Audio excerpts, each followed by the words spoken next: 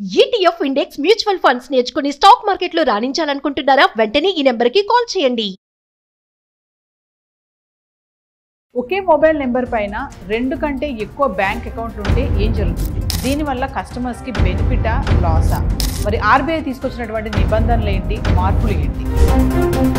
నమస్తే, welcome back to Suman TV. ప్రస్తుతం మనతో పాటు ఉన్నారు consumers affairs committee chairman Mandiri Krishna Reddy garu. నమస్తే సార్. నమస్తే మేడం. సార్, మరి ఆర్బీఐ తీసుకొచ్చిన నిబంధనలు ఏంటి, మార్పులు ఏంటి? అంటే మామూలుగా చాలా మందికి ఒకే మొబైల్ నెంబర్ పైన డిఫరెంట్ అకౌంట్స్, బ్యాంక్ అకౌంట్స్ ఉండడం జరుగుతుంది. దీనివల్ల ఏంటి ప్రాబ్లమా, కస్టమర్కి లాసా, బెనిఫిటా? అంటే ఆర్బీఐ ఈ మధ్య కొద్దిగా నిబంధనలు కొన్ని మార్చుకుని ముందుకు వస్తుంది. ఒక వ్యక్తికి ఎన్నో బ్యాంకుల్లో ఖాతాలు ఉంటాయి, ఒకే బ్యాంకులో కూడా 2-3 ఖాతాలు ఉంటాయి. ఒకటే ఫోన్ నెంబర్ ఇవ్వడం వల్ల కేవైసీ టైంలో ఇబ్బందులు అవుతున్నాయి. అంటే కేవైసీ కావాల్సి వచ్చినప్పుడు ఆ నెంబర్ కొట్టంగానే ఓటీపీ వచ్చే పద్ధతులు ఏర్పాటు చేశారు. తర్వాత ఒకే వ్యక్తికి ఖాతాలు డిఫరెంట్గా ఉన్నప్పుడు, ఒక నెంబర్ మీద ఉన్నప్పుడు కొంత కన్ఫ్యూజన్ ఏర్పడుతున్న పరిస్థితి ఏర్పడింది. కాబట్టి ఆర్బీఐ ఏం చెప్తుంది అంటే, సాధారణంగా బ్యాంకు ఖాతాలు ఎక్కువ ఉండకన్నా బ్యాంక్ ఖాతాలను తగ్గించుకోవడం మంచిది అనేది ఒకటి చెప్తోంది. ఒక నెంబర్తో ఒక అకౌంట్ ఉంటేనే బాగుంటుంది. అకౌంట్లు పెరుగుతున్న కొద్దీ నెంబర్ని మీరు బ్యాంకు అకౌంట్ మీ ఫోన్ నెంబర్ని ఇంకొక నెంబరు ఇచ్చుకున్నట్టయితే బాగుంటుంది. కేవైసీ అప్పుడు చాలా ఈజీగా ఉంటుంది. దానివల్ల ఈ నెంబర్కి ఖాతా ఉంది అనేది మనకు అర్థమైపోయేటట్టుగా ఉంటుంది. అదే నెంబర్తో అనేక అకౌంట్లు ఉన్నప్పుడు కన్ఫ్యూజన్ క్రియేట్ అయ్యే అవకాశం ఉంటుంది అనేది ఆర్బీఐ చెప్తున్న విషయం. ఇంకా అది ఖచ్చితంగా అమలుపరచమని, అమలు చేయకపోతే ఇమీడియట్గా దాన్ని తొలగించమని ఇంకా అలాంటి ఆర్డర్స్ ఏం రాలేదు. ఇది ఒక సూచనప్రాయంగా ముందుగానే ఆర్బీఐ నుంచి ఇన్ఫర్మేషన్ వస్తుంది. దాన్ని బట్టి ఇప్పటి నుంచే మనం జాగ్రత్త పడటం మంచిదనేది అందరికీ తెలియజేస్తున్న విషయం.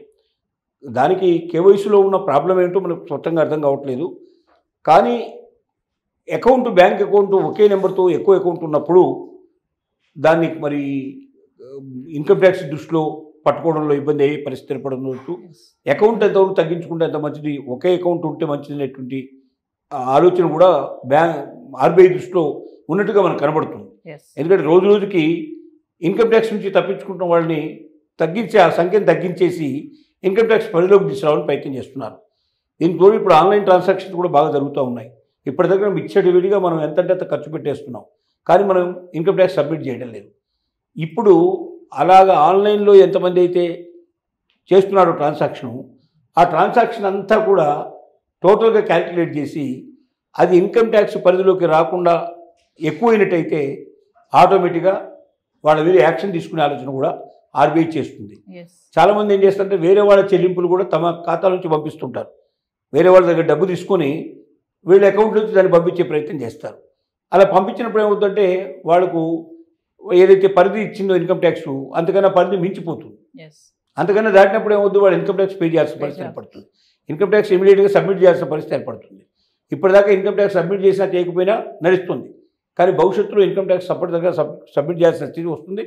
ముఖ్యంగా ఆన్లైన్ ట్రాన్సాక్షన్ చేసే వాళ్ళందరూ కూడా జాగ్రత్త పడకపోతే వాళ్ళ చెల్లింపుల మీద పూర్తి నిఘా వస్తుంది. ఆ చెల్లింపులు అన్నీ కలిపి టోటల్గా లెక్క వేస్తారు. వాళ్ళకి గూగుల్ పే ఉంటుంది, ఫోన్పే ఉంటుంది, ఇంకా రకరకాలు ఉంటాయి. ఏ పేలో ఎంతెంత పే చేశారో టోటల్ క్యాలిక్యులేట్ చేసి అవన్నీ కలిపి వాళ్ళ బ్యాంక్ అకౌంట్ మొత్తం చెక్ చేసి దాంట్లో ఎంత అమౌంట్ ఉంది, ఎంత అమౌంట్ పోయింది, ఎంత వస్తుంది ట్రాన్సాక్షను, 1 సంవత్సరం లోపల ఇన్కమ్ ట్యాక్స్ పరిధిలోకి రావాల్సిన దానికన్నా ఎక్కువ వస్తే ఆటోమేటిక్గా వాళ్ళ దగ్గర నుంచి ఇన్కమ్ ట్యాక్స్ కలెక్ట్ చేయడం, వాళ్ళని బాధ్యులు చేయడం, వాళ్ళకి నోటీసు పంపించడం, వాళ్ళని వెంటనే పిలిపించడం, ఇవన్నీ కూడా జరిగేటువంటి అవకాశాలు చాలా ఎక్కువగా ఉన్నాయి. కాబట్టి RBI instruction time to time ఏమొస్తుందో జాగ్రత్తగా చెక్ చేసుకోవాలి. దాని ప్రకారంగా మనం ముందుకు వెళ్తే మంచిది అనేది మన ఉద్దేశం. సార్, మీరు ఇన్కమ్ ట్యాక్స్ అన్నారు కదా, మామూలుగా ఎంత ఉంటే మనం ఇన్కమ్ ట్యాక్స్ ఫైల్ చేస్తాం సార్? అంటే 3 లక్షలకు పైగా, ఇప్పుడు 3 లక్షల వరకు మనకు అవకాశం ఇచ్చింది ప్రస్తుతం ఉన్న పరిస్థితి లోపల. అంతకన్నా దాటినట్టయితే ఆటోమేటిక్గా మనం ఫైల్ చేయాల్సిన పరిస్థితి ఏర్పడుతుంది. సో ఇప్పుడు మాత్రం మనం అనుకున్నట్టుగా ఒకే మొబైల్ నెంబర్ పైన అనేక అకౌంట్లు ఓపెన్ చేయడానికి అయితే లేదు. ఇప్పుడు మంచిది కాదు అనేది ఆర్బీఐ ఇస్తున్నా, అంటే ఇప్పటిదాకా సూచనప్రాయంగా చెప్పింది. ఇంకా దాని మీద ఖచ్చితమైన నిబంధన కఠినంగా ఏం రాలేదు. వచ్చే అవకాశాలు ఉన్నాయి కనపడుతుంది. అంటే దానివల్ల కస్టమర్కి ఏమైనా లాసా సార్, అలా ఒకటే నెంబర్ పైన అనేక అకౌంట్లు ఉంటే? కస్టమర్కి లాస్ కాదు, కానీ ఒక నెంబర్ మీద ఎక్కువ అకౌంట్స్ ఉండేటైతే కేవైసీ లోపల కొంత వెసులుబాటు ఉండే అవకాశాలు ఉంటాయి. ఆర్బీఐ కొంత ప్రాబ్లం క్రియేట్ అవుతుంది. అంటే ఇన్కమ్ ట్యాక్స్ డిపార్ట్మెంటు పట్టుకోవడంలో, అకౌంట్స్ అన్నీ కూడా చెక్ చేయడంలో కొన్ని ఇబ్బందులు ఏమైనా ఏర్పడే పాసిబిలిటీస్ ఉండొచ్చు. దానికి కారణాలు ఏంటో మనకు స్పష్టంగా తెలియదు. కానీ ఆర్బీఐ ఎందుకో ఆ కాషన్ ఇస్తోంది. ఒక నెంబర్తో ఒకే అకౌంట్ ఓపెన్ చేయనట్టుగానే చెప్తోంది. Yes, thank you sir.